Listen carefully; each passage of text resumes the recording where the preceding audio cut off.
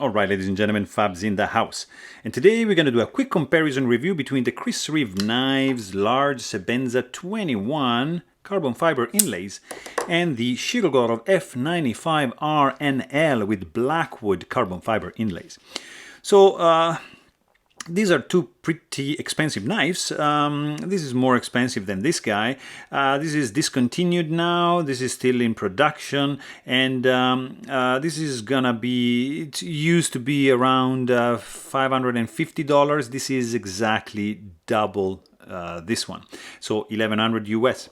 They are similar but very different. They're similar because they're both titanium frame lock, as you can see. Chris Reeve actually invented the integral, it's called the Reeve integral lock, which is the frame lock, and he's the father of this kind of locking mechanism for folding knives. They're both titanium frame lock. They have both very, very tight tolerances. They have both like a fan base, like pretty serious. But that's about it. Everything else, it's kind of like different. For example, let's check out the handle. So Chris Reeve is doing the inlays. This is the 21, so he's doing the inlays in two pieces. Now the 31 is doing with one piece on the presentation scale.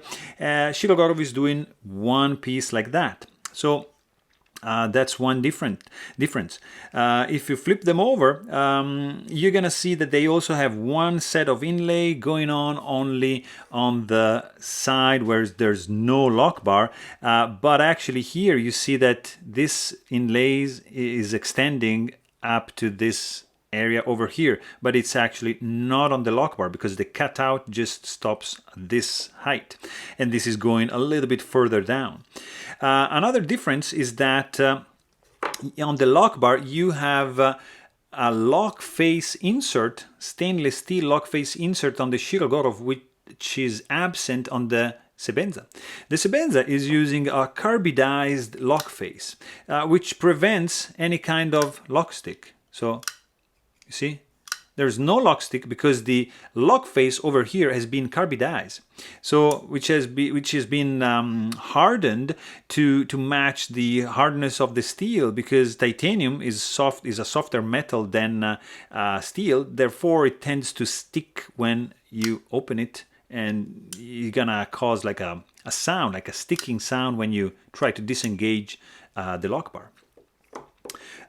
Here, just a screw to secure the lock face insert, which has, I don't know if you can see, yeah, right here. You see that metal bar right there that shines? That is a lock bar stabilizer, which is a little metal piece integrated into the lock face insert, which is gonna prevent the overextension of the lock bar. So you cannot, if you push the lock bar in this side, you're not gonna be able to overextend it that way in order to ruin the knife. Chris Reeve is missing that, so you can actually overextend the lock bar. You're just gonna have the pocket clip tension to help you keep the lock bar in the safe position, let's say, but nothing is gonna avoid, you know, or like it's not gonna like avoid you to do that. So that's one thing. Also, another thing very, very different in the handle is that Chris Reeve is doing like a chamfering with one edge chamfered. So you have like one flat, one line of chamfering, and just another line over here. So just one pass basically around. Shirogorov is doing like a rounded off pass.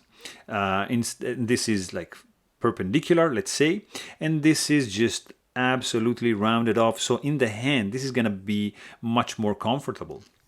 You see, you have a nicer finger groove over here compared to this one.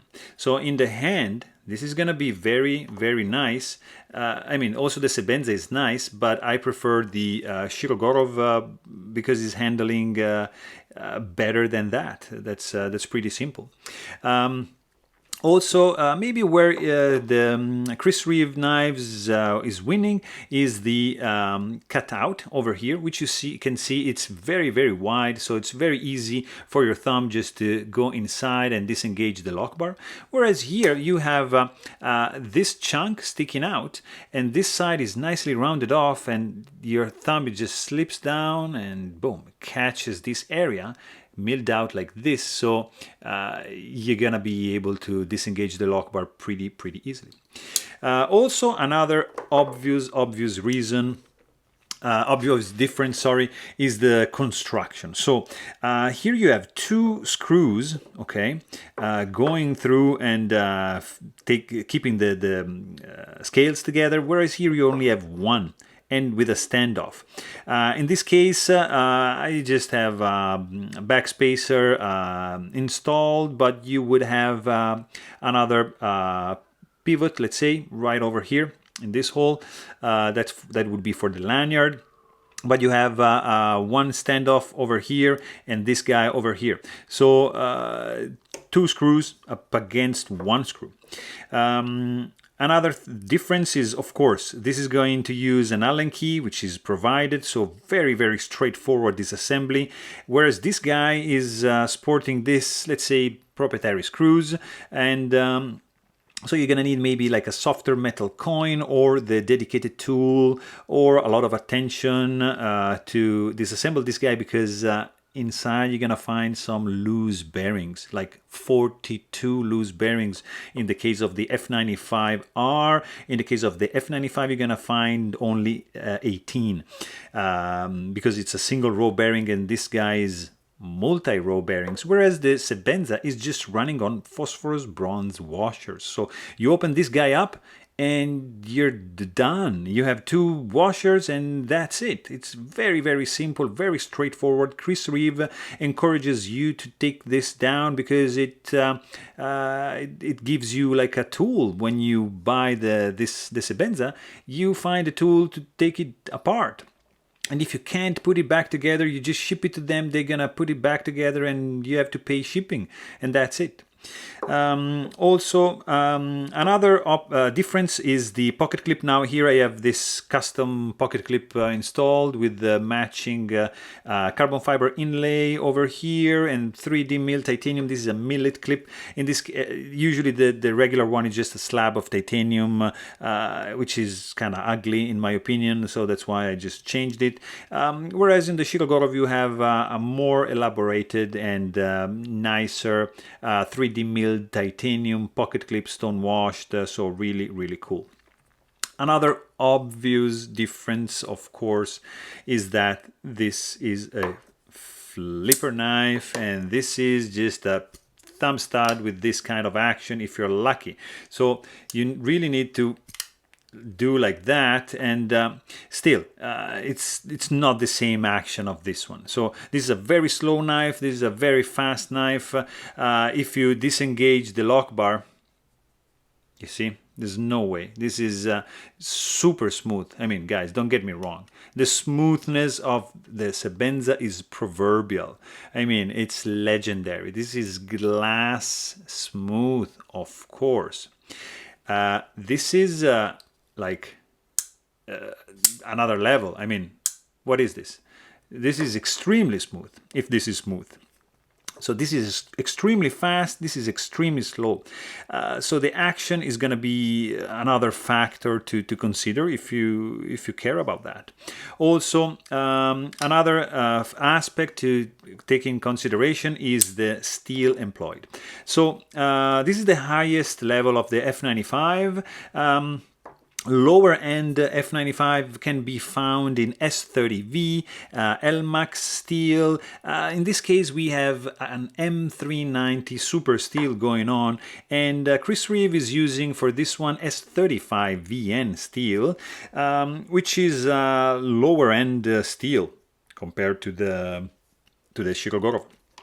Also, another little detail is that the thumb stud in the Chris Reeve has a tendency to fade away a little bit with use, so you're gonna find some discoloration in that, whereas on this guy, there's no thumb stud, of course, you just have your flipper tab and that's it.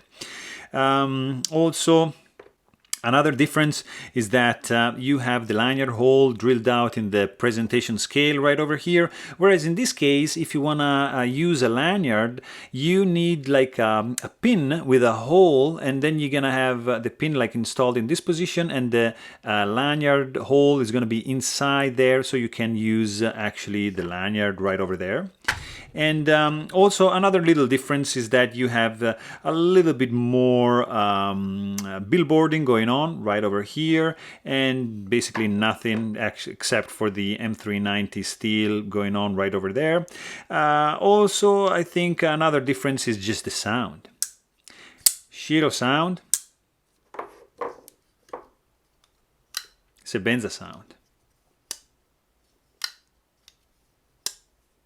Shiro, Sebenza. Very, very different indeed. So, I mean, both are beautiful, beautiful knives, like really the pinnacle of production for these two companies. I like them both. It's a matter of preferences. If you want a flipper, if you want a thumb stud, if you want washers, if you want bearings, if you want a little bit smaller, a little bit bigger. It really depends. I mean, there's no winner or loser here. They're really different knives, but very, very comparable in other aspects. So there you have it. Hope you guys enjoyed this video. Please don't forget to subscribe. Thanks for watching and stay tuned.